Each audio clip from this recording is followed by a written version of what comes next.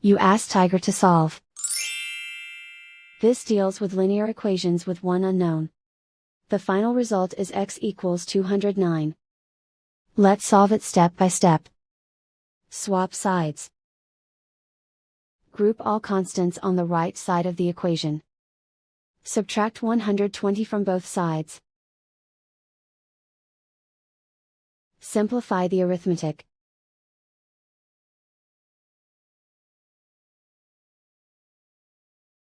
Isolate the x. Divide both sides by 9. Simplify the fraction. Find the greatest common factor of the numerator and denominator. Factor out and cancel the greatest common factor.